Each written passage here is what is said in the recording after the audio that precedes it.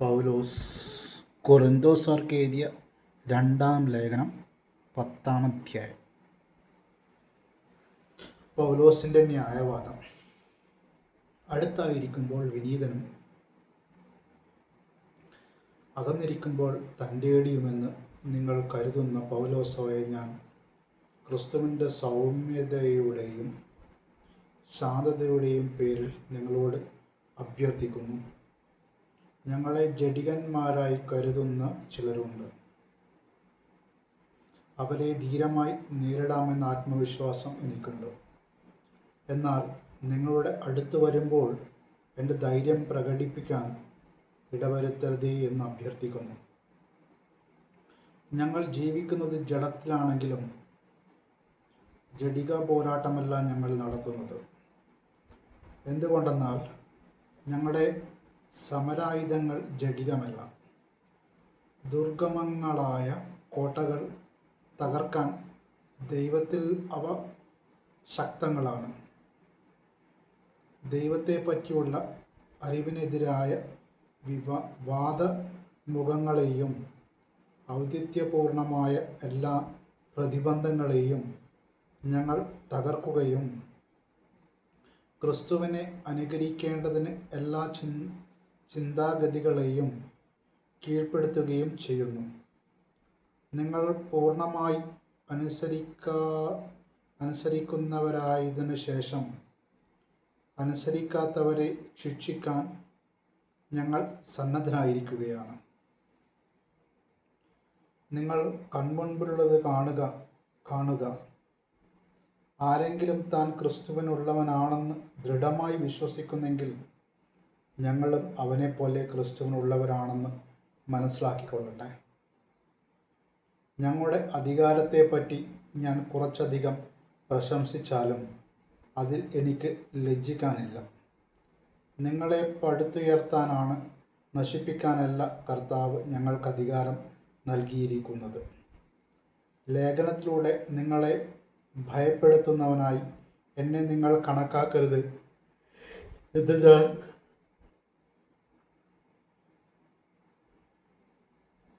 ചിലർ പറയുന്നു. അവൻ്റെ ലേഖനങ്ങൾ ഈടുറ്റതും ശക്തവുമാണ്. എന്നാൽ അവൻ്റെ ശാരീരിക സാന്നിധ്യം അശക്തം, ഭാഷണം മനസ്സിലാകാത്തതുമാണ്.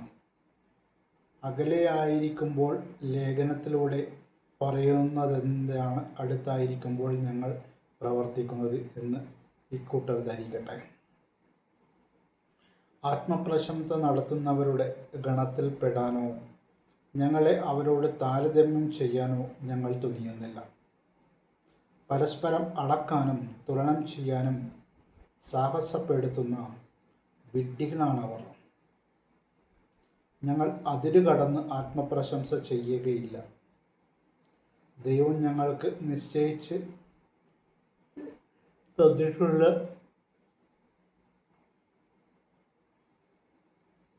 പരിധി ഞങ്ങൾ പാലിക്കും. ആ പരിധിയിൽ നിങ്ങളും ഉൾപ്പെടുന്നു. നിങ്ങളുടെ അടുത്ത് എത്തിയിട്ടില്ലാത്തവരെ പോലെ കൈയെത്തിച്ചു പിടിക്കാൻ ഉദ്യമിക്കുകയല്ല. ക്രിസ്തുവിൻ്റെ സുവിശേഷവുമായി നിങ്ങളുടെ അടുത്ത് വന്നത് ഞങ്ങളാണല്ലോ. അന്യരുടെ പ്രയത്നങ്ങളുടെ ഫലം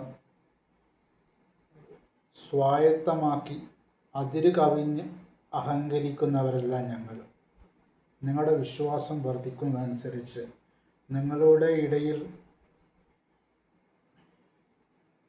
ഞങ്ങളുടെ അധികാരമണ്ഡലം പൂർവാപരി വികസിക്കുമെന്നാണ് ഞങ്ങളുടെ പ്രത്യാശ. അപ്പോൾ അന്യൻ്റെ വയലിൽ ചെയ്ത ജോലികളെപ്പറ്റി പ്രശംസിക്കാതെ നിങ്ങൾക്കപ്പുറമുള്ള സ്ഥലങ്ങളിൽ സുവിശേഷം പ്രസംഗിക്കാൻ ഞങ്ങൾക്ക് കഴിയും. അഭിമാനിക്കുന്നവൻ കർത്താവിൽ അഭിമാനിക്കട്ടെ. എന്തെന്നാൽ തന്നെ പ്രശംസിക്കുന്നവനല്ല, കർത്താവ് പ്രശംസിക്കുന്നവനാണ് സ്വീകാര്യം.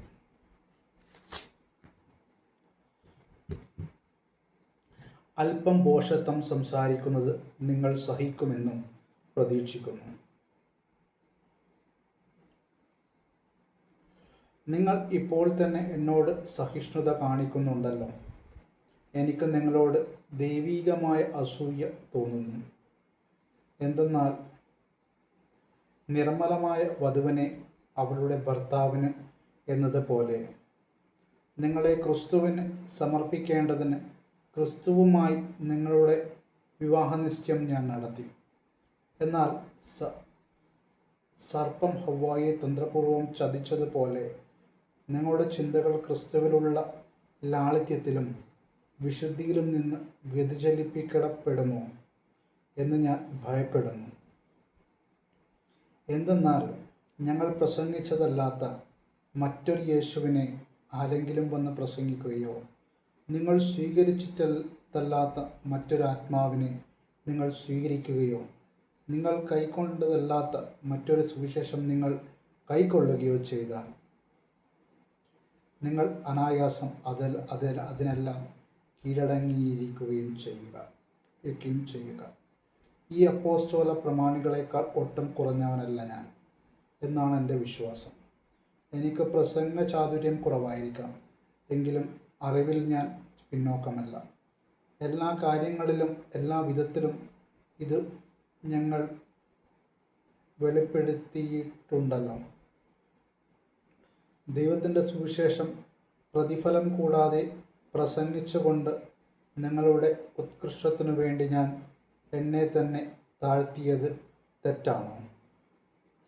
നിങ്ങളെ ശുശ്രൂഷിക്കുന്നതിനു വേണ്ടി മറ്റു സഭകളിൽ നിന്ന് സഹായം സ്വീകരിച്ചുകൊണ്ട് ഞാൻ അവരെ കവർച്ച ചെയ്യുകയായിരുന്നു.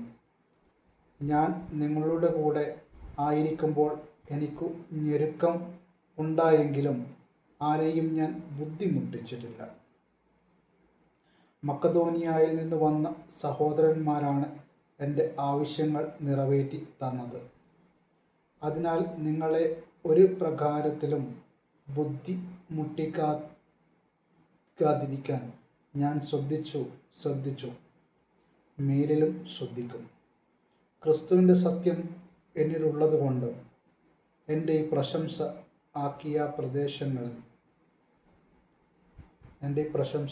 അക്കായിയ പ്രദേശങ്ങളിൽ കേൾക്കപ്പെടാതിരിക്കുകയില്ല. എന്തുകൊണ്ട് ഞാൻ നിങ്ങളെ സ്നേഹിക്കാത്തത് കൊണ്ടോ? അങ്ങനെയല്ലെന്ന് ദൈവത്തിനറിയാം. ഞാനിപ്പോൾ ചെയ്യുന്നത് തുടർന്നും ചെയ്യും. അങ്ങനെ തങ്ങളുടെ പ്രേക്ഷിത വേല ഞങ്ങളുടേതുപോലെ തന്നെയാണെന്ന് വൻപ് പറയുന്നവരെ അവകാശവാദം ഞങ്ങൾ ഖണ്ഡിക്കുകയും ചെയ്യും. അത്തരക്കാർ കപടനാട്യക്കാരായ അപ്പോസ്തലന്മാരും വഞ്ചകരായ ജോലിക്കാരും ക്രിസ്തുവിൻ്റെ അപ്പോസ്തലന്മാരുമായി വ്യാജവേഷം ധരിച്ചവരുമാണ്. അത്ഭുതപ്പെടേണ്ട. പിശാച് പോലും പ്രഭാപൂർണനായ ദൈവദൂതനായി വേഷം കെട്ടാറുണ്ടല്ലോ. അതിനാൽ അവൻ്റെ ശുശ്രൂഷകരും നീതിയുടെ ശുശ്രൂഷകരുമായി വേഷം കെട്ടുന്നെങ്കിൽ അതിലെന്തത്ഭുതം? അവരുടെ പരിണാമം അവരുടെ പ്രവൃത്തികൾക്കനുസൃതമായിരിക്കും.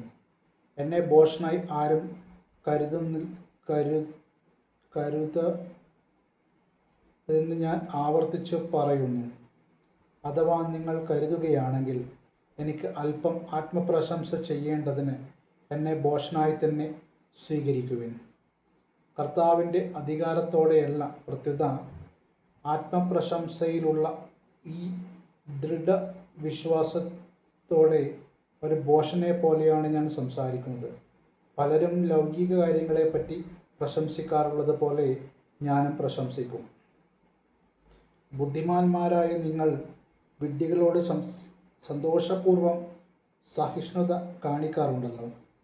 എന്തെന്നാൽ നിങ്ങളെ അടിമകളാക്കുകയും കൊള്ളയടിക്കുകയും ചൂഷണം ചെയ്യുകയും അഹങ്കരിക്കുകയും നിങ്ങളുടെ മുഖത്തടിക്കുകയും ചെയ്യുന്നവരോട് നിങ്ങൾ സഹിഷ്ണുത പുലർത്തുന്നുണ്ടല്ലോ.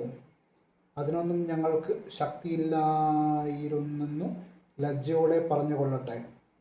ആരെങ്കിലും പ്രശംസിക്കാൻ ധൈര്യപ്പെടുന്ന എന്തിനെക്കുറിച്ചും പ്രശംസിക്കാൻ ഞാൻ ധൈര്യപ്പെടും എന്നൊരു ഭോഷനെ പോലെ ഞാൻ പറയുന്നു. അവർ ഹെബ്രായരാണോ ഞാനും അതെ. അവർ ഇസ്രായേൽക്കാരാണോ? ഞാനും അതെ. അവർ അബ്രഹാത്തിൻ്റെ സന്തതികളാണോ? ഞാനും അതെ. അവർ ക്രിസ്തുവിൻ്റെ ദാസന്മാരാണോ? ഉന്മത്തനെ പോലെ ഞാനും പറയുന്നു, ഞാൻ കുറെ കൂടെ മെച്ചപ്പെട്ട ദാസനാണ്. അവരെക്കാൾ വളരെയേറെ ഞാൻ അധ്വാനിച്ചു, വളരെ കൂടുതൽ കാരാഗൃഹവാസം അനുഭവിച്ചു, എണ്ണമറ്റ വിധം പ്രഹരമേറ്റു, പലതവണ മരണവക്ത്രത്തിലകപ്പെട്ടു.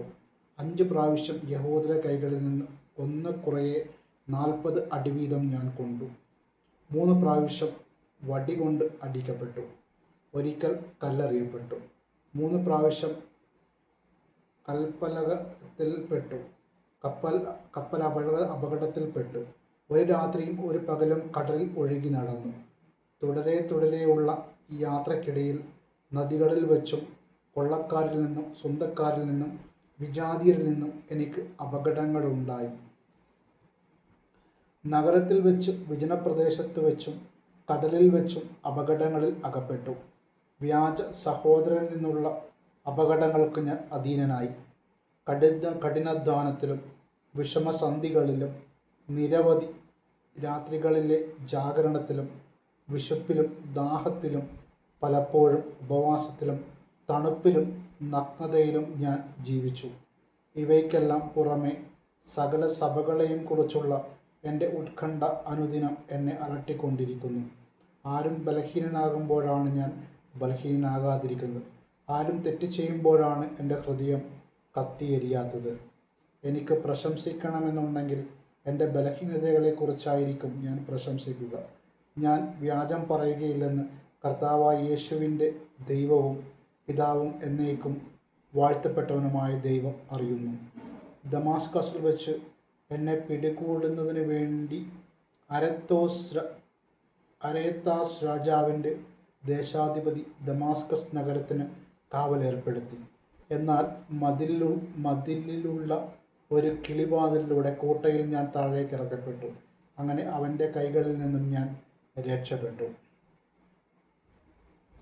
എനിക്ക് ആത്മപ്രശംസിക്കാൻ പലതുമുണ്ട്, അതുകൊണ്ട് ഒരു നോട്ടവുമില്ലെന്ന്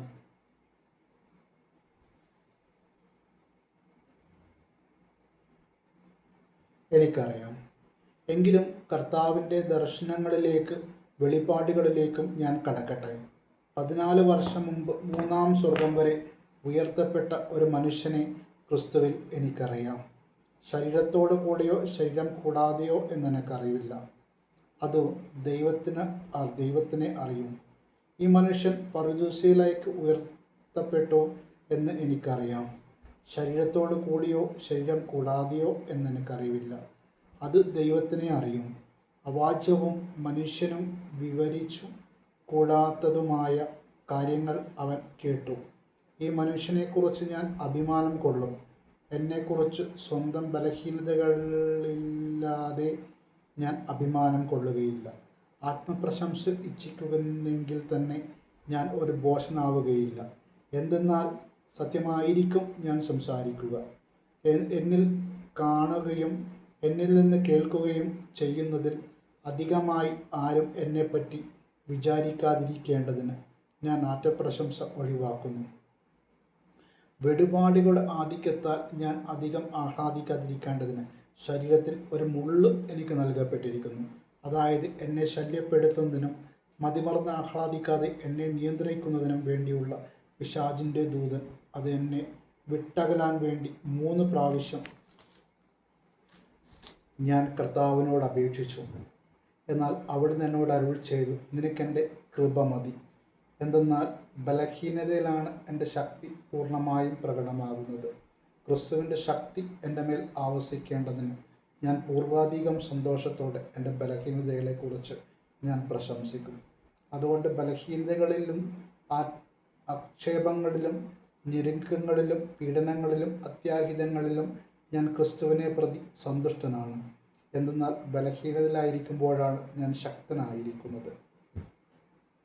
ഞാൻ ഒരു ഭോഷനായി പോയല്ലോ. നിങ്ങളാണ് അതിന് കാരണക്കാർ. എന്തെന്നാൽ നിങ്ങൾ എന്നെ പ്രശംസിക്കേണ്ടായിരുന്നു. ഞാൻ നിസ്സാരനായിരുന്നെങ്കിലും ഈ അപ്പോസ്തല പ്രമാണികളെക്കാൾ ഒട്ടും കുറഞ്ഞവനല്ല. തെളിവുകളോടും അത്ഭുതങ്ങളോടും ശക്തികളോടും കൂടെ എല്ലാ തരത്തിലുമുള്ള സഹനങ്ങളിലും ഒരു അപ്പോസ്തലന് ചേർന്ന അടയാളങ്ങൾ നിങ്ങൾക്ക് നൽകപ്പെട്ടു. ഞാൻ നിങ്ങൾക്കൊരു ഭാരമായി തീർന്നിട്ടില്ല എന്നതിലൊഴികെ മറ്റെന്തിലാണ് നിങ്ങൾക്ക് മറ്റ് സഭകളേക്കാൾ കുറവും വന്നിട്ടുള്ളത്? ആ അപരാധം എന്നോട് ക്ഷമിക്കുവിൻ. ഇതാ, ഞാൻ 3-ാം പ്രാവശ്യം നിങ്ങളെ സന്ദർശിക്കാൻ തയ്യാറായിരിക്കുന്നു. തീർച്ചയായും ഞാൻ നിങ്ങൾക്കൊരു ഭാരമായിരിക്കുകയില്ല. എന്തെന്നാൽ ഞാൻ കാംക്ഷിക്കുന്നത് നിങ്ങളെയാണ്. നിങ്ങൾക്കുള്ളതല്ല മക്കൾ മാതാപിതാക്കന്മാർക്ക് വേണ്ടിയല്ല സമ്പാദിക്കേണ്ടത്, മറിച്ച് മാതാപിതാക്കന്മാർ മക്കൾക്ക് വേണ്ടിയാണ്. ഞാൻ അതീവ സന്തോഷത്തോടെ നിങ്ങളുടെ ആത്മാക്കൾക്കു വേണ്ടി എനിക്കുള്ളതെല്ലാം ചെലവഴിക്കുകയും എന്നെ തന്നെ സമർപ്പിക്കുകയും ചെയ്യും. ഞാൻ നിങ്ങളെ കൂടുതൽ സ്നേഹിക്കും തോറും നിങ്ങൾ എന്നെക്കുറിച്ച് മാത്രമാണോ സ്നേഹിക്കേണ്ടത്? ഞാൻ നിങ്ങളെ ബുദ്ധിമുട്ടിച്ചിട്ടില്ല എന്ന് നിങ്ങൾ സമ്മതിക്കുമെങ്കിലും നിങ്ങളെ കബളിപ്പിച്ചിട്ട് സൂത്രത്തിൽ വശപ്പെടുത്തുകയായിരിക്കുന്നുവെന്ന് നിങ്ങൾ പറയുന്നു. ഞാൻ നിങ്ങളെ അടുത്തേക്ക് അയച്ച ആരെങ്കിലും വഴി ഞാൻ നിങ്ങളെ കബളിപ്പിച്ചിട്ടുണ്ടോ? തീത്തോസ് പോകണമെന്ന് ഞാൻ നിർബന്ധിച്ചു. അവൻ്റെ കൂടെ ആ സഹോദരനെയും അയച്ചു. തീത്തോസ് നിങ്ങളെ കബളിപ്പിച്ചില്ലല്ലോ. ഒരേ ആത്മാവിലല്ലേ ഞങ്ങൾ പ്രവർത്തിച്ചത്? ഒരേ പാതയിലല്ലേ ഞങ്ങൾ നടന്നത്? ഞങ്ങൾ നിങ്ങളുടെ മുമ്പിൽ ഞങ്ങളെ തന്നെ ന്യായീകരിക്കുകയായിരുന്നു എന്നാണോ ഇത്രയും കാലം നിങ്ങൾ വിചാരിച്ചിരുന്നത്? പ്രിയപ്പെട്ടവരെ, ഞങ്ങൾ യഥാർത്ഥത്തിൽ നിങ്ങളുടെ അഭ്യുന്നതിക്കു വേണ്ടി ദൈവസമക്ഷം സമസ്തവും ക്രിസ്തുവിലാണ് പ്രശംസിച്ചിരുന്നത്. ഒരുപക്ഷെ ഞാൻ വരുമ്പോൾ ഞാൻ ആഗ്രഹിക്കുന്ന നിലയിൽ നിങ്ങളെയും നിങ്ങൾ ആഗ്രഹിക്കുന്ന നിലയിൽ എന്നെയും കാണാതിരിക്കുമോ എന്ന് ഞാൻ ഭയപ്പെടുന്നു. കലഹവും അസൂയയും കോപവും മാത്സര്യവും അപവാദവും പരദൂഷണവും അഹന്തയും അസ്വസ്ഥതയും ആയിരിക്കുമോ കണ്ടെത്തുന്നത്? ഞാൻ വീണ്ടും നിങ്ങളുടെ അടുക്കൽ വരുമ്പോൾ എൻ്റെ ദൈവം എന്നെ നിങ്ങളുടെ മുൻപിൽ എളിമപ്പെടുത്തുമോ എന്നത് എനിക്ക് ഭയമുണ്ട്. നേരത്തെ പാപം ചെയ്തവരും എന്നാൽ തങ്ങളുടെ അശുദ്ധിയെക്കുറിച്ച് വ്യഭിചാരത്തെക്കുറിച്ചും വിഷയാസക്തിയെക്കുറിച്ചും പശ്ചാത്തപിക്കാത്തവരുമായ അനേകരെ ഓർത്ത് വിലപിക്കേണ്ടി വരുമോ എന്ന് ഞാൻ ഭയപ്പെടുന്നു. 3-ാം പ്രാവശ്യമാണ് ഞാൻ നിങ്ങളെ സന്ദർശിക്കാൻ പോകുന്നത്. 2-ഓ 3-ഓ സാക്ഷികളുടെ മൊഴിയിന്മേൽ ഏത് കാര്യവും സ്ഥിരീകരിക്കേണ്ടിയിരിക്കുന്നു. നേരത്തെ പാപം ചെയ്തവർക്കും മറ്റെല്ലാവർക്കും ഞാൻ മുന്നറിയിപ്പ് നൽകിയിട്ടുണ്ട്. എൻ്റെ 2-ാം സന്ദർശന വേളയിൽ ഞാൻ ചെയ്തതുപോലെ ഇപ്പോൾ എൻ്റെ അസാന്നിധ്യത്തിലും അവർക്ക് ഞാൻ താക്കീത് നൽകുന്നു. ഞാൻ വീണ്ടും വന്നാൽ അവരെ വെറുതെ വിടുകയില്ല. ക്രിസ്തു എന്നിലൂടെ സംസാരിക്കുന്നു എന്നതിന് തെളിവാണല്ലോ നിങ്ങൾ ആഗ്രഹിക്കുന്നത്. നിങ്ങളോട് ഇടപെടുന്നതിൽ അവൻ ദുർബലനല്ല, ശക്തനാണ്. അവൻ ബലഹീനതയിൽ ക്രൂശിക്കപ്പെട്ടു, എന്നാൽ ദൈവത്തിൻ്റെ ശക്തിയാൽ ജീവിക്കുന്നു. ക്രിസ്തുവിൻ ഞങ്ങളും ബലഹീനരാണ്, എന്നാൽ നിങ്ങളോട് പെരുമാറുമ്പോഴൊക്കെ ഞങ്ങൾ അവനോട് കൂടെ ദൈവത്തിൻ്റെ ശക്തി കൊണ്ട് ജീവിക്കും. നിങ്ങൾ നിങ്ങളുടെ വിശ്വാസത്തിൽ നിലനിൽക്കുന്നുണ്ടോ എന്ന് പരിശോധിക്കുവിൻ. നിങ്ങളെ തന്നെ പരീക്ഷിച്ചറിയുവിൻ. യേശുക്രിസ്തു നിങ്ങളിലുണ്ട് എന്ന് നിങ്ങൾക്ക് ബോധ്യമായിട്ടില്ലേ? ഇല്ലെങ്കിൽ നിങ്ങൾ തീർച്ചയായും പരീക്ഷയിൽ പരാജയപ്പെട്ടിരിക്കുന്നു. ഞങ്ങൾ പരാജയപ്പെട്ടിട്ടില്ലെന്ന് നിങ്ങൾ ഗ്രഹിക്കും എന്ന് ഞാൻ പ്രതീക്ഷിക്കുന്നു. എന്നാൽ നിങ്ങൾ തിന്മ പ്രവർത്തിക്കരുത് എന്നാണ് ദൈവത്തോടുള്ള ഞങ്ങളുടെ പ്രാർത്ഥന. ഞങ്ങൾ പരീക്ഷയിൽ വിജയിച്ചവരായി കാണപ്പെടണമെന്നില്ല. ഞങ്ങൾ പരാജിതരായി കാണപ്പെട്ടാലും നിങ്ങൾ നന്മ പ്രവർത്തിക്കണം. സത്യത്തിനു വേണ്ടിയല്ലാതെ സത്യത്തിനെതിരായി ഒന്നും ചെയ്യുക ഞങ്ങൾക്ക് സാധ്യമല്ല. ഞങ്ങൾ ബലഹീനരും നിങ്ങൾ ബലവാന്മാരും ആയിരിക്കുമ്പോൾ ഞങ്ങൾ സന്തോഷിക്കുന്നു. നിങ്ങളുടെ പുനരുദ്ധാനത്തിന് വേണ്ടിയാണ് ഞങ്ങൾ പ്രാർത്ഥിക്കുന്നത്. ഞാൻ വരുമ്പോൾ കർക്കശ്യത്തോടെ അധികാരം പ്രയോഗിക്കാതിരിക്കേണ്ടതിന് നിങ്ങളിൽ നിന്ന് അകലെയായിരിക്കുമ്പോൾ ഇതെഴുതുന്നു. കർത്താവ് എന്നെ അധികാരപ്പെടുത്തിയിരിക്കുന്നത് നിങ്ങളെ വളർത്തിയെടുക്കാനാണ്, നശിപ്പിക്കാനല്ല. അവസാനമായി സഹോദരരെ, സന്തോഷിക്കുവിൻ, നിങ്ങളെ തന്നെ നവീകരിക്കുവിൻ, എൻ്റെ ആഹ്വാനം സ്വീകരിക്കുവിൻ, ഏകമനസ്സായിരിക്കുവിൻ, സമാധാനത്തിൽ ജീവിക്കുവിൻ. സ്നേഹത്തിൻ്റെയും ശാന്തിയുടെയും ദൈവം നിങ്ങളോട് കൂടെ ഉണ്ടായിരിക്കും. വിശുദ്ധ ചുംബനം കൊണ്ട് അന്യോന്യം അഭിവാദനം ചെയ്യുവിൻ. വിശുദ്ധർക്കെല്ലാം നിങ്ങളെ അഭിവാദനം ചെയ്യുന്നു. കർത്താവായ യേശുക്രിസ്തുവിൻ്റെ കൃപയും ദൈവത്തിൻ്റെ സ്നേഹവും പരിശുദ്ധാത്മാവിൻ്റെ സഹവാസവും നിങ്ങളോട് കൂടെ ഉണ്ടായിരിക്കട്ടെ. ദൈവവചനമാണ് നാം കേട്ടത്. നമുക്ക് ദൈവത്തെ സ്തുതിക്കാം. ഞാൻ ഈ വചനത്തിൽ വിശ്വസിക്കുന്നു.